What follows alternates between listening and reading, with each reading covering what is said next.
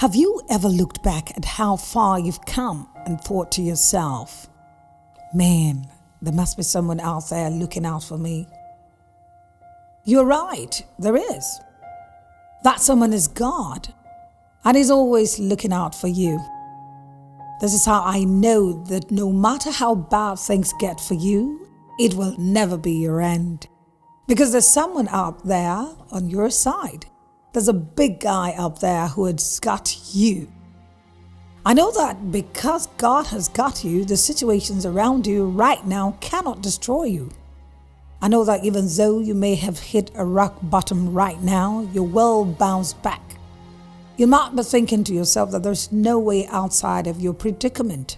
You might be thinking that things can never get better from here. But I know that they will get better. I know that things will take a turn around. I know that in the end, everything is working out for your good. Because God has got you and is not letting go of you anytime soon. Listen, there's nothing you can do to get God off your back. Some of you know what I mean. You've tried to rebel, you've tried to get rid of God. But He's shown you over and over that even your rejection of His love will not stop His love for you. And at that point of making mistakes that could have cost you everything, God showed up right in time to save you. At that point when you could have lost your life, the point when anything could have happened, God showed up right at the scene.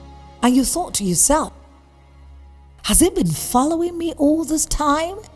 His eyes have always been on you. His word says that He neither sleeps nor slumbers. His eyes are constantly on His beloved. And now, even when you've done things that you aren't proud of, even now, He's still got you. Even now, He's not the one condemning you. His arms are still wide open. Even now, God has got you. Some people think their past is so bad, it will chase God away. Some people think they've strayed too far away to come into the fold. God isn't some lover that you're trying to convince of your worth. He already thinks you're worth it. If the Israelites cannot shake off the love of God for them, what makes you think you can? What makes you think that anything you can do could separate you from His love? He created you. He knew what you could and couldn't do while He was creating you. But He still decided to love you anyway. So I need you to take your hands off the wheel for a moment. You're not alone. God is on your side. God is fighting for you and fighting by your side. God has got you. For a long time, you've carried your burdens all by yourself. I've seen you push all your limits, driven by the fear of the unknown, propelled by the fear of going back to where you're coming from. You've shut everyone out. You've worked like a maniac. You've spent sleepless nights worrying about tomorrow, worrying about the bills, worrying about your children, worrying about your family, dealing with guilt and battling shame and depression. You've done all you can and now there's nothing left to do. I need you to breathe. I need you to understand that God never intended for you to face life on your own. He never intended that you would fight your battles alone. He never intended for you to carry your burdens yourself. God has got you. You're not on your own. God is on your side. He wants you to cast out your cares upon Him. Hand Him your burdens. Hand Him your worries.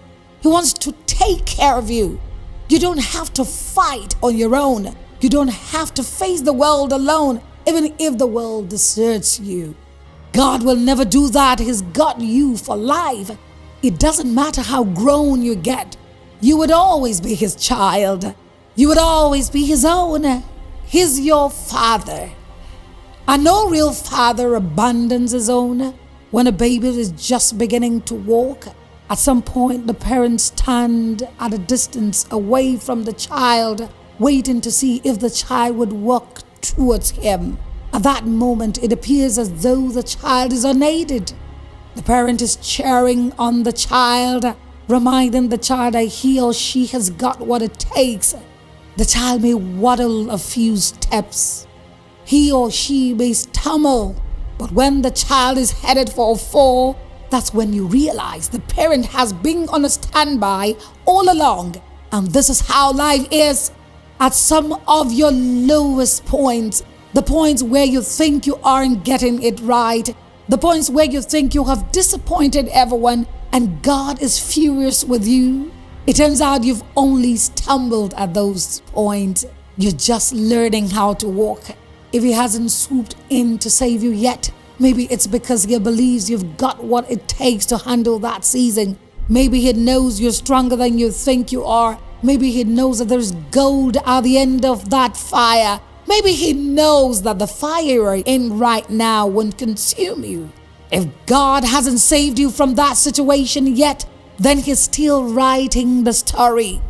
Best believe that if for 1 second God thought you couldn't handle it, if for 1 second God thought the fire would consume you, He would sweep in and rescue you, because the reality is He's got you.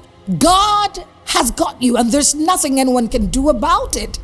So don't let anyone tell you that God has deserted you. Don't let anyone tell you that you were a mistake. Don't let anyone tell you that you are beyond redemption. Don't let anyone tell you that there is no help for you.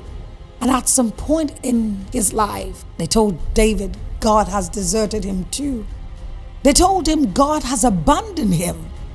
Why else would he suffer so terribly? Why would he be anointed for the throne only to become a fugitive? Esther must have felt like God has abandoned her too. She was an orphaned captive. So did Ruth.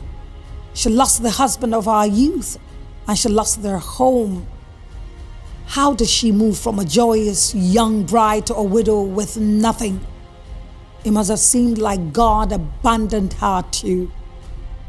Gideon also thought God abandoned him. In fact, he told the angel right away that he didn't believe God was with him or his family. What all these people had in common was suffering and hardship, but joy at the end of the road. Because what David might have thought God was deserting him was just a training ground. Esther went through hell, but God knew it wouldn't consume her. He turned it around for her good. He did the same for Ruth, because listen, sometimes life happens. Life is filled with storms and challenges, trials and tribulations.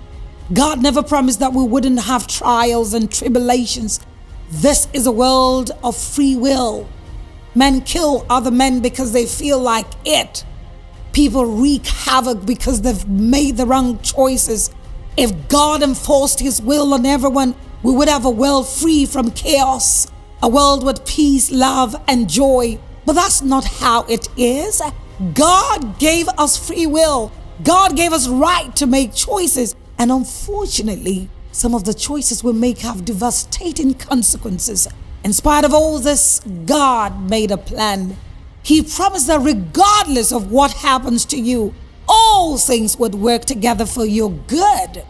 Regardless of what's going on in the world, all things will work together for you, because it's got your back more than you will ever know, and you're still standing because it's got your back.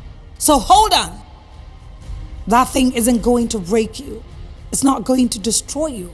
It's not going to destroy your home. It's not going to destroy your career. You're going to break free from that addiction. You're going to break free from that abusive relationship. The strength you need is on your inside. If God didn't think you had it, He wouldn't let you go through it. Remember that whenever you are weak, you can rest in His strength. His strength is sufficient for you. His grace is sufficient for you. God has got you, and is never letting go of you. It's time you began to walk with a little swag in your steps. You aren't walking alone. There's a whole army surrounding you. If God is for you, tell me, who can ever be against you?